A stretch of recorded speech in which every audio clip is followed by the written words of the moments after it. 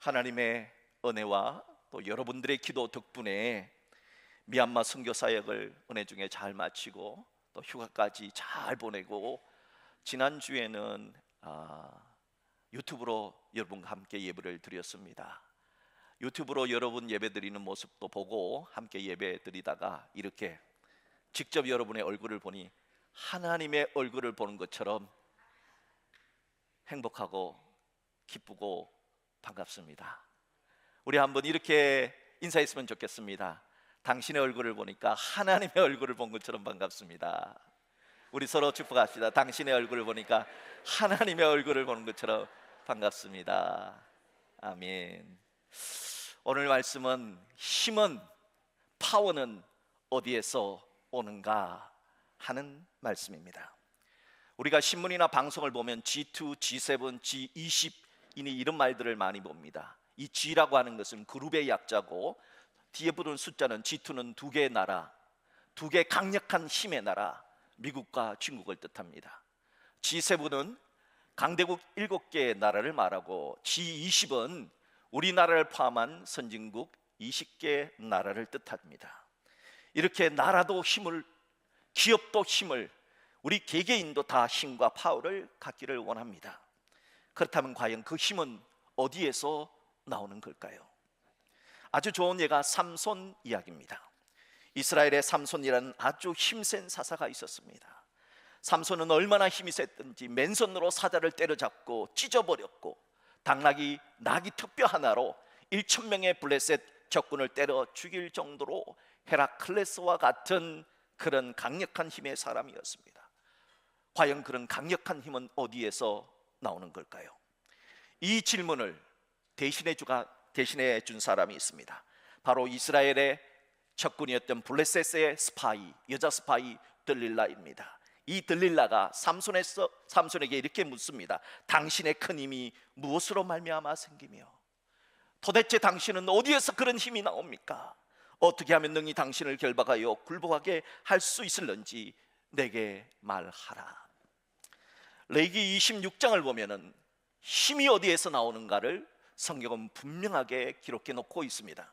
하나님이 말씀하시기를 내가 그 땅에 평화를 줄 것인즉 너희가 누울 때 너희를 두렵게 할 자가 없을 것이며 내가 사나운 짐승을 그 땅에서 제할 것이요 칼이 너희의 땅에 두루 행하지 아니할 것이며 너희의 원수들을 쫓으더니 그들이 너희 앞에서 칼에 엎드려질 것이요 또 너희 다섯이 백을 쫓고 20배지요 너희 백이 만을 쫓고 너희 대적들이 너희 앞에서 칼에 엎드려질 것이며 내가 하나님이 말씀하십니다. 내가 너희를 돌보아 너희를 번성하게 하고 너희를 장대하게 할 것이다. 내가 너희와 함께한 내 언약을 이행하리라. 하나님은 내가 너희에게 번성 장대케 할 것이다. 힘을 주리라 하셨습니다. 그래서 하나님께 순종하지 않을 때, 하나님 말씀을 어길 때 삼손처럼 힘이 약해지고 사라져 버린 스토리가 나타나게 되는 겁니다.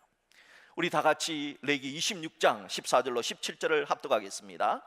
너희가 내게 청종하지 아니하며 이 모든 명령을 준행하지 아니하며 내 규례를 멸시하며 마음에 내 법도를 싫어하여 내 모든 계명을 준행하지 아니하며 내 언약을 배반할진대 내가 이같이 너희에게 행하리니 곧 내가 너희에게 놀라운 재앙을 내려 폐병과 열병으로 눈이 어둡고 생명이 쇠약하게 할 것이요 너희가 파종한 것은 헛되리니 너희의 대적이 그것을 먹을 것이며 너희가 너희를 치리 너희가 너희의 대적에게 패할 것이요 너희를 미워하는 자가 너희를 다스릴 것이며 너희는 쫓는 자가 없어도 도망하리라.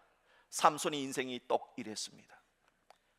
하나님께 순종할 때 삼손은 어마어마한 괴력의 사나이가 되었지만 하나님을 떠나버렸을 때는 그는 두려움에 떨었고 두 눈이 뽑혀서 슬픈 인생이 되었던 것을 성경은 말하고 있습니다. 결국 사람들이 힘을 가질 수 있는 관건은 하나님 믿느냐, 하나님에 대한 절대 믿음이 있느냐, 하나님께 순종하느냐에 달려 있다 하는 겁니다. 오늘 본문인 이사야서 7장의 말씀은 지금부터 2700년 전의 이야기입니다. 2700년 전 남왕국 유다의 아스 왕 때 이사야 선지자가 활동할 당시의 이야기입니다. 당시의 이스라엘은 오늘날의 한반도처럼 두 개로 나뉘어져 있습니다. 북쪽에는 이스라엘 왕국, 남쪽에는 유다 왕국이 서로 대치하고 있었습니다. 당시 북왕국 이스라엘 북쪽 위에는 시리아, 오늘날의 시리아로 불리는 아람 왕국이 있었습니다. 지금의 시리아는 세계적으로 난민을 수출하는 그런 슬픈 시리아지만 옛날의 시리아는 강력한 시리아였습니다. 그런데 그 시리아 위에 더 강력한, 아마 지구 역사상에서 가장 잔인하기로 유명했던 아시리아 제국이 등장을 하게 됩니다. 이에 시리아 왕국은 놀라가지고 저 아시리아가 내려오면 우리는 다 죽는다 하는 생각을 가지고 남유다와 북이스라엘 왕들에게 협조를 구합니다. 우리가 동맹을 맺자. 동맹을 맺어야 저 아시리아 제국을 우리가 물리칠 수 있다. 그랬을 때 북왕국 이스라엘은 좋지, 오케이 하고 동맹에 협조를 했습니다. 하지만 남유다 왕국은 싫어, 나는 그 동맹에 협조할 수 없어 라고 말해버린 겁니다. 이에 화가 났던 아람과 시리아와 북왕국 이스라엘이 함께 남유다 왕국을 공격한 사건이 오늘 본문의 배경입니다. 자, 오늘 본문 2절을 합독합니다. 어떤 사람이 다윗의 집에 알려 이르되 아람이 에브라임과 동맹하였다 하였으므로 왕의 마음과 그의 백성의 마음이 숲이 바람에 흔들림 같이 흔들렸더라. 이 남유다 왕국은 북이스라엘을 막아내기도 힘든 형편이었습니다. 그런데 아람이란 나라와 동맹을 맺어서 두 나라가 연합군을 해서 내려온다고 하니까 정말 아하스 왕의 마음과 백성들의 마음은 마치 바람이 숲이 흔들릴 때처럼 흔들렸고 두려웠던 겁니다. 그때 하나님은 이사야 선지자를 보내서 이렇게 말씀하셨습니다. 본문 4절을 합독합니다. 너는 삼가며 조용하라. 르신과 아람과 르말리아의 아들이 심히 노할지라도 이들은 연기나는 두 부지깽이 그루터기에 불과하니 두려워하지 말며 낙심하지 말라. 아하스 왕에게 말씀하셨습니다. 하나님이 너희들 눈에는 아람이 북이스라엘 동맹군이 강력해 보이지, 그러나 하나님 앞에서는 아무것도 아니란다. 그것은 마치 불을 뒤적거릴 때 사용하는 짝대기가 있어요. 이걸 부지깽이라 그래요. 이 부지깽이에 불과하다. 걔네들이 뒤적뒤적 해봤자 연기가 날 뿐 실질적으로는 너희를 해하지 못할 것이다. 그러니 두려워하지 말아라. 낙심하지 말아라. 하나님을 굳게 믿으라. 그렇게 말씀해 주신 것입니다. 아하스 왕은 이 말씀을 듣고 어떻게 반응했을까요?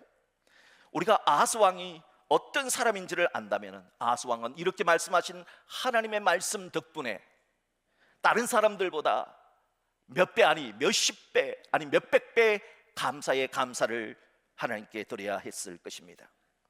왜냐하면 아하스 왕은 하나님으로부터 이런 위로를 받을 만한 자격이 정말 하나도 없는 사악한 사람이었기 때문입니다. 도대체 아하스 왕은 어떤 사람이었나? 역대하 28장을 보면 아하스 왕이 어떤 사람인가를 가르쳐 줍니다. 역대하 28장 1절 이하의 말씀입니다. 아하스가 왕위에 오를 때의 나이가 20세라 20살의 왕이 되었어요. 예루살렘에서 16년 동안 다스렸어요. 그의 조상 다윗과 같지 아니하여, 그는 분명히 다윗의 후손이었는데 다윗을 본받지 않고 여호와 보시기에 정직하게 행하지 아니하고 이스라엘의 왕들의 길로 행하여 바알들의 우상을 부어 만들었다는 거예요. 남유다 왕국, 즉 다윗의 후손이었으며 북쪽에서 섬기는 바알들을 자신이 섬겼다는 겁니다. 바알 우상 숭배자였습니다. 다음 구절은 더 기가 막힙니다. 보세요. 또 흰놈의 아들 골짜기에서 분향하고 여호와께서 이스라엘 자손 앞에서 쫓아내신 이방 사람들의 가증한 일을 본받아 그의 자녀들을 아하스 왕의 자녀가 누굽니까? 왕자와 공주들을 불살랐고. 미치지 않고서야 어떻게 이런 짓거리를 합니까? 아하스 왕은 자신의 자녀를 불에 태워서 제물로 바치는 끔찍한 인신 제사였던 몰렉까지 숭배를 했다는 겁니다. 도대체 다윗의 후손이란 아하스 왕이 뭘 얻으려고 자식까지 죽여가며 이런 짓을 행할 걸까요? 힘입니다. 힘. 바로 나라의 힘을 얻기 위해서 자식들을 불태워 죽이는 일도 서슴지 않았던 왕이 바로 아하스 왕이었습니다. 하나님은 이런 아하스 왕에게 오늘 북쪽이 쳐들어와도 걱정하지 말아라 말씀해 주신 겁니다. 아하스 왕은, 그러니 아하스 왕은 다른 사람들보다 100배, 200배, 수천 배 하나님께 감사하는 것이 당연한 것입니다. 하나님은 왜 이런 수준 낮은 아주 저급한 아하스 왕에게 은혜를 베풀어 주신 걸까요? 그것은 그의 선조들 때문입니다. 아하스 왕의 선조였던 다윗 왕의 기도 덕분입니다. 다윗 왕과 하나님과 맺었던 약속 덕분입니다. 여러분이 오늘날의 이 삶은 여러분의 조상들, 믿음의 선배들의 눈물과 기도 덕분이라는 사실을 아십니까? 여러분이 잘나서, 여러분이 대단해서 그런 것 같지만 그렇지 않아요. 선배들과 선조들의 눈물과 기도가 그 자녀 손들에게 흘러내려가는 겁니다. 그러므로 기도하는 부모가 되어야 되고, 그러므로 기도하는 조부모가 되어야 하는 것입니다. 여러분의 기도 덕분에 여러분의 후손들이 복을 받고 누릴 수 있기 때문입니다. 하나님의 은혜가 이렇게 임했다면 아하스 왕은 아무리 수준이 낮아도 하나님께 어떻게 반응해야 했을까요? 이사야 선지자는 아하스 왕에게 하나님께 징조를 구하라, 징조를 한번 구해보라고, 기도해보라고 그렇게 권면을 합니다. 그런데 아하스 왕은 싫어요, 나 기도하지 않을래요, 거절해버립니다. 이사야 7장 12절을 합독합니다. 아하스가 이르되 나는 구하지 아니하겠나이다, 나는 여호와를 시험하지 아니하겠나이다. 이 12절 말씀은 얼핏 보면은 착각할 수 있어요. 12절만 보면 야, 아하스 왕이 하나님을 시험하지 않으려고 하나님께 구하지 않았구나, 기도하지 않았구나, 이렇게 해석을 할 수가 있어요. 그런데 그 뜻이 절대 아닙니다. 왜? 13절 때문입니다. 13절 보십시오. 이사야가 이르되 다윗의 집이여 원하건대 들을지어다, 너희가 사람을 괴롭히고서 그것을 작은 일로 여겨 또 나의 하나님을 괴롭히려 하느냐. 아하스 왕이 하나님께 징조를 구하지 않은 것은 하나님을 괴롭힌 행동이었다는 겁니다. 도대체 이게 무슨 뜻일까? 이 본문 자체를 보면 이해가 되지 않아요. 이 본문과 같은 시대의 이야기를 다룬 열왕기하 16장에 자세한 기록이 나옵니다. 열왕기하 16장 7절 8절 말씀 우리 같이 한번 합독하겠습니다. 아하스가 아스로 왕 디글랏빌레셀에게 사절을 보내 이르되 나는 왕의 신복이요 왕의 아들이라. 이제 아람 왕과 이스라엘 왕이 나를 친히 청하건대 올라와 그 손에서 나를 구원하소서 하고 아하스가 여호와의 성전과 왕궁 곳간에 있는 은금을 내어다가 아스로 왕에게 예물을 보냈더니, 이게 무슨 뜻이냐 하면 이 아하스 왕은 나는 지금 북에서 내려오는 북쪽에서 내려오는 북이스라엘보다 아람보다 더 강력한 강대국인 아시리아 제국에다가 절을 하면서 나는 아시리아 제국 왕의 아들입니다 하면서 금과 은을 뇌물로 주어서 벌써 구했으니 나는 하나님 따위한테는 안 구하겠다는 뜻입니다. 나는 이미 강대국에게 나 좀 도와달라고 구했으니 하나님께 구할 필요 없다는 그 뜻입니다. 이건 하나님을 무시해도 이렇게 무시할 수가 없는 겁니다. 특별히 아하스 왕이 아시리아 제국에 바쳤던 금이 어떤 금이냐? 하나님을 예배하는 예루살렘 성전에 붙어 있었던 금을 전부 다 뜯어서 아시리아 제국의 왕에게 바쳤던 겁니다. 하나님을 역보인 행동이었다는 겁니다. 이렇게 아하스 왕은 힘은 강대국에게 있다, 힘은 강대국 아스로 왕에게 있다고 여겼던 것입니다. 성경은 왜 이 참담한 아하스 왕의 이야기를 자세하게 기록해 놓았을까요?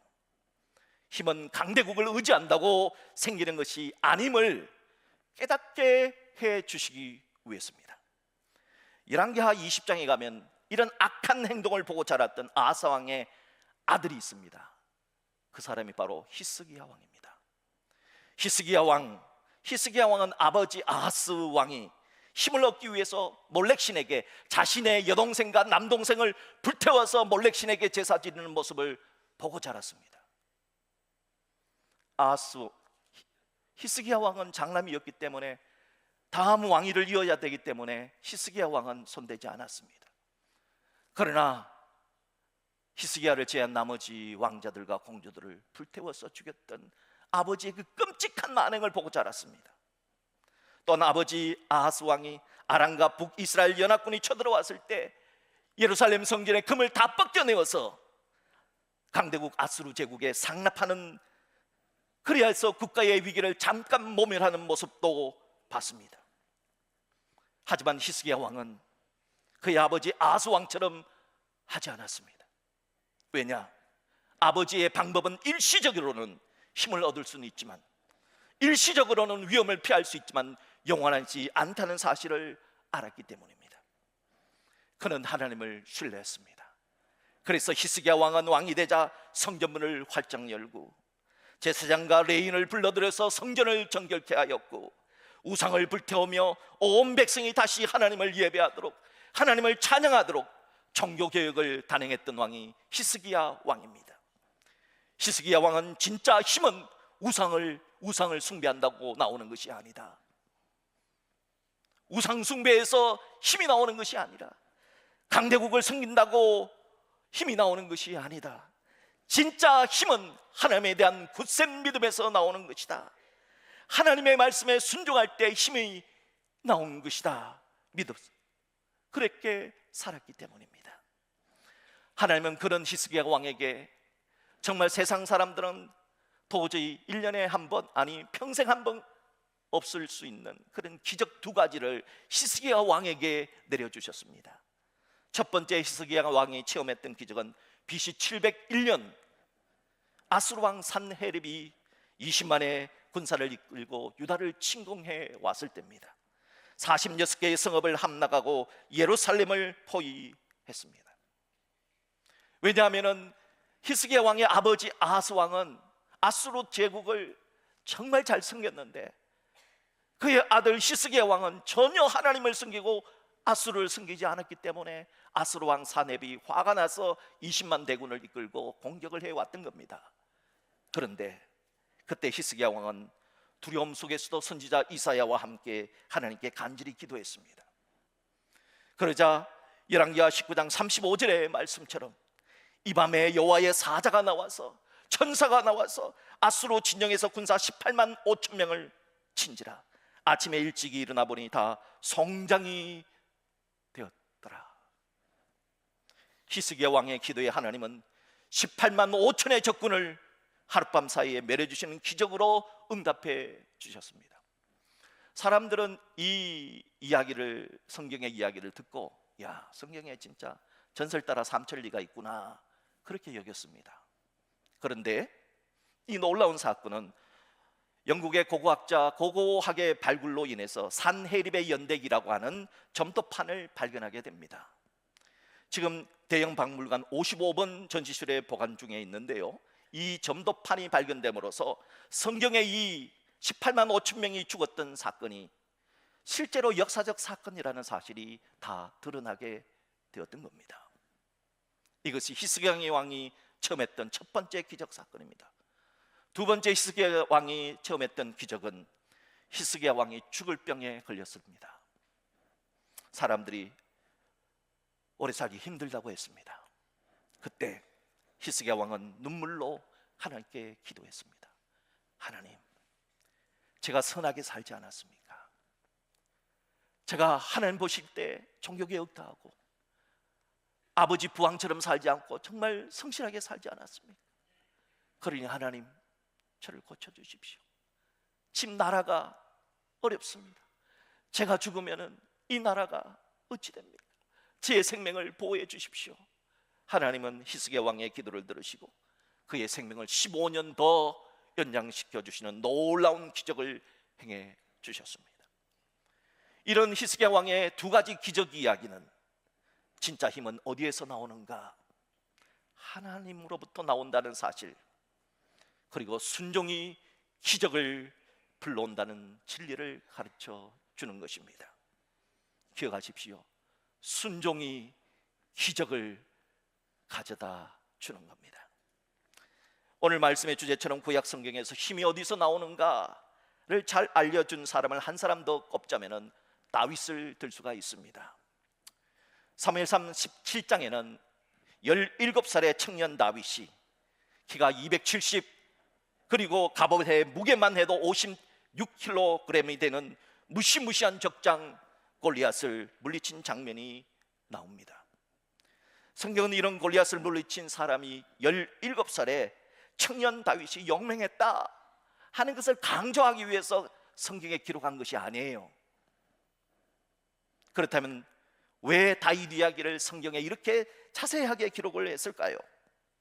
그 답은 사무엘상 17장 45절에 다윗이 골리앗에게 했던 그의 고백에 달려 있습니다. 우리 같이 한번 합독할까요? 너는 칼과 창과 단창으로 내게 나아오거니와 나는 만군의 여호와의 이름 곧 내가 모욕하는 이스라엘 군대의 하나님의 이름으로 내게 나아가노라. 다윗의 말은 너무나 분명합니다. 골리앗, 너는 칼이 너의 힘이고 창이 너의 힘이고 총이 너의 힘으로 알지 아니야. 하나님이 나의 힘이야. 나는 하나님이 나의 힘으로 믿어 라는 고백입니다. 그렇습니다. 바로 이것, 나의 힘은 하나님이다, 이것을 성경이 말하고자 다윗의 이야기를 상세하게 기록해 놓았던 겁니다. 또한 신약 성경을 보면 다윗 같은 고백을 했던 베드로가 등장을 합니다. 우리가 너무나 잘 아는 베드로 신앙 고백, 마태복음 16장 16절입니다.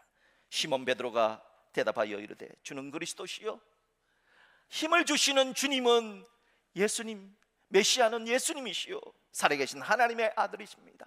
하늘로부터 힘 주시고 능력 주시고 우리에게 기적을 일으켜 주실 분이 바로 예수님입니다 하는 위대한 신앙 고백을 합니다.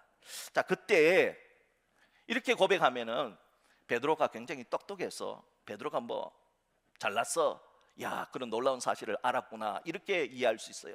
그런데 예수님이 17절에 그게 아니고, 네가 잘나서 그런 사실을, 그런 진리를 안 게 아니고, 네가 잘나서 예수 믿은 게 아니고 하는 말씀을 17절에 하십니다. 우리 17절 같이 한번 합독할까요?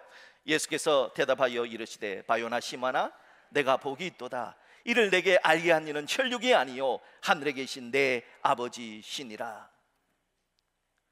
너는 스스로 네가 똑똑해서 너의 자유의지의 힘으로 예수 믿었다고 생각하지? 여러분들도 혹시 그렇게 생각하는 사람이 있습니까? 여러분이 내가 예수 믿어서 라고 생각을 하죠? 그런 게 아니래요. 하나님이, 하늘에 계신 내 아버지, 성자 예수님의 아버지 성부 하나님께서 너희들을 믿도록 만드시고 섭리해 주셨다는 겁니다. 예수님의 말씀이에요. 베드로야, 누가 너에게 힘이 예수님한테 나오는지를 아느냐? 누가 너에게 그런 것을 가르쳐 줬느냐? 너 스스로 한 것이 아니야. 하나님으로 알게 된 거야.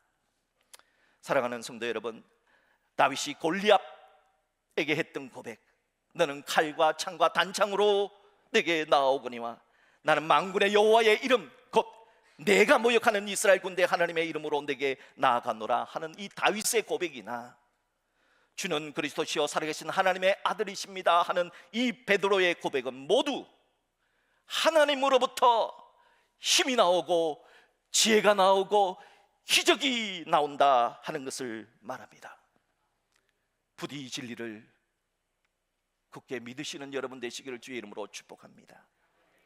이 진리를 다윗이 깨달았기 때문에, 하나님이 나와 함께 하기 때문에 골리앗 너 같은 것은 두렵지 않다며 물매를 날려 엘라 골짜기에서 좋았던 그 조약돌로 골리앗을 물리칠 수 있었던 겁니다. 그러하기에 이사야 선지자도 오늘 아하스 왕에게 너를 치려는 아람 왕과 이스라엘 연합군을 두려워하지 말아라. 그들은 연기만 피우게 하는 두 부지깽이에 불과하다. 그러니 낙심하지 말고 하나님을 굳게 믿으라 하신 겁니다. 세상 사람들 중에는 골리앗처럼, 아스왕처럼 칼이나 창이나 총으로 힘을 얻으려는 자들이 있습니다. 하지만 이 세상에는 그와는 달리 히스기야 왕처럼, 다윗처럼, 베드로처럼 오직 모든 힘과 지혜와 신비는 하나님으로부터 나온다는 진리를 믿는 자들이 있습니다.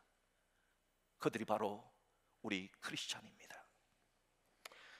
원래 미얀마 사역은 다른 해와 다른 두 가지 사역이 있었습니다.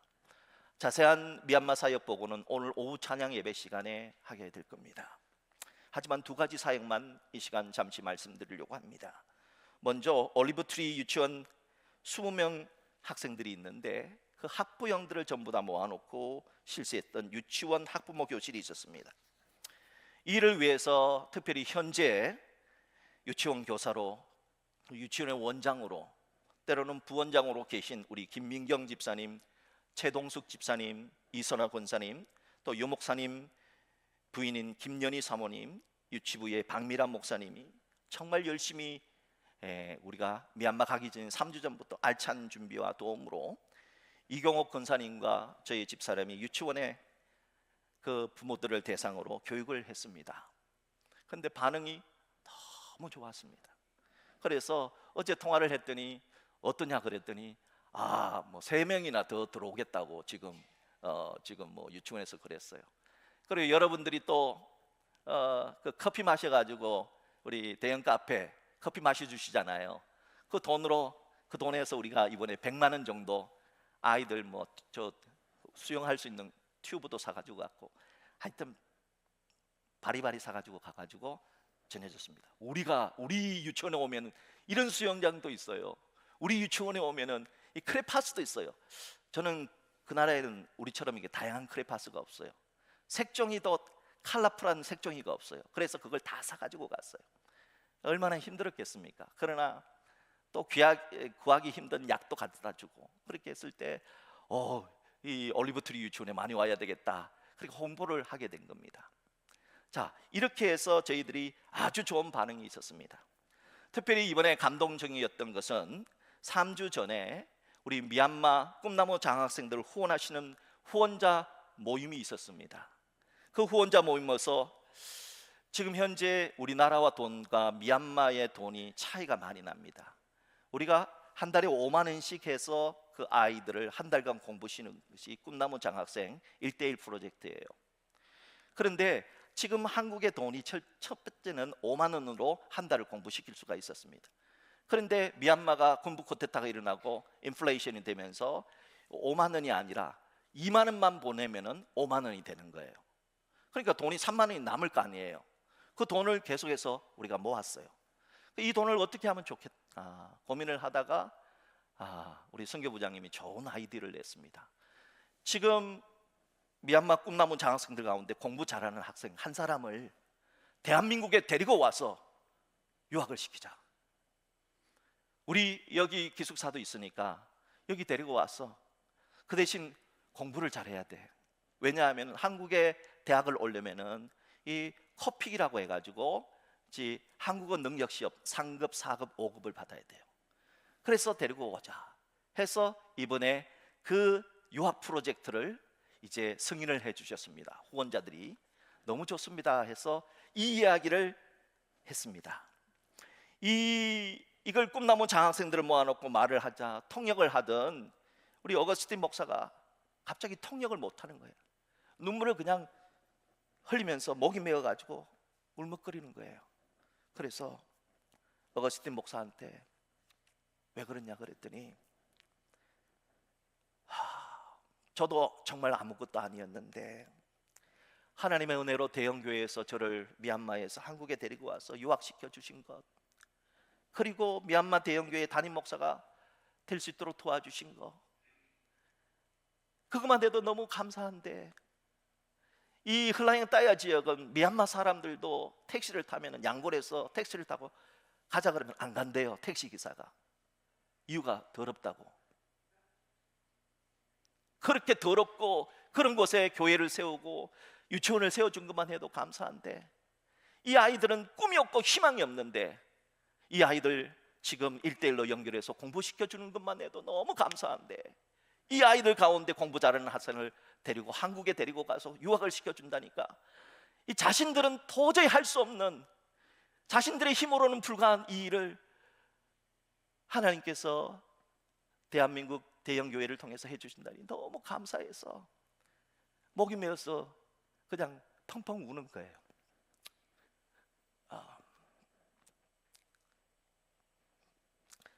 그리고 이제 우리가 그 첫 번째 유학생을 한 명 정했습니다. 라온이라는, 저기 제일 밑에 있는 저 아이가 라온인데요, 지금 현재는 고등학교 2학년인데 이제 내년에 고등학교를 졸업하고 한국어 커피 시험을 합격을 해야 데리고 오죠. 공부를 잘해요. 1등 한대요. 저 언니가 우리로 말하면 서울대학교 양곤대학교에 들어간 애인데, 그 언니는 지금 일본에 가 있는데 얘가 진짜 공부를 잘하고 똑똑해요. 그래서 공부를 잘해서 너를 한국 대형교회에 데리고 오겠다. 그리고 너를 그 공과대학에, 얘네들은 돈을 많이 버는데 그 문과로 가면 돈을 못 번다 그랬더니 이과로, 공대로 보내겠다 해서 열심히 공부해라, 이렇게 격려를 해주고 왔습니다. 정말 뿌듯하고 감격적인 이야기고, 다시 한번 우리 미얀마 선교를 위해서 후원해 주신 모든 성도님들에게, 또 기도해 주신 모든 성도들에게 감사를 드립니다. 자신들은 꿈꿀 수 없었던 대한민국에 올 수 있는 길을 하나님께서 열어주셨다는 것에서 너무 감사하고 행복해하는 모습을 봤습니다. 사랑하는 성도 여러분, 힘은 어디에서 나오는 걸까요? 진짜 힘은 하늘로부터 주어집니다.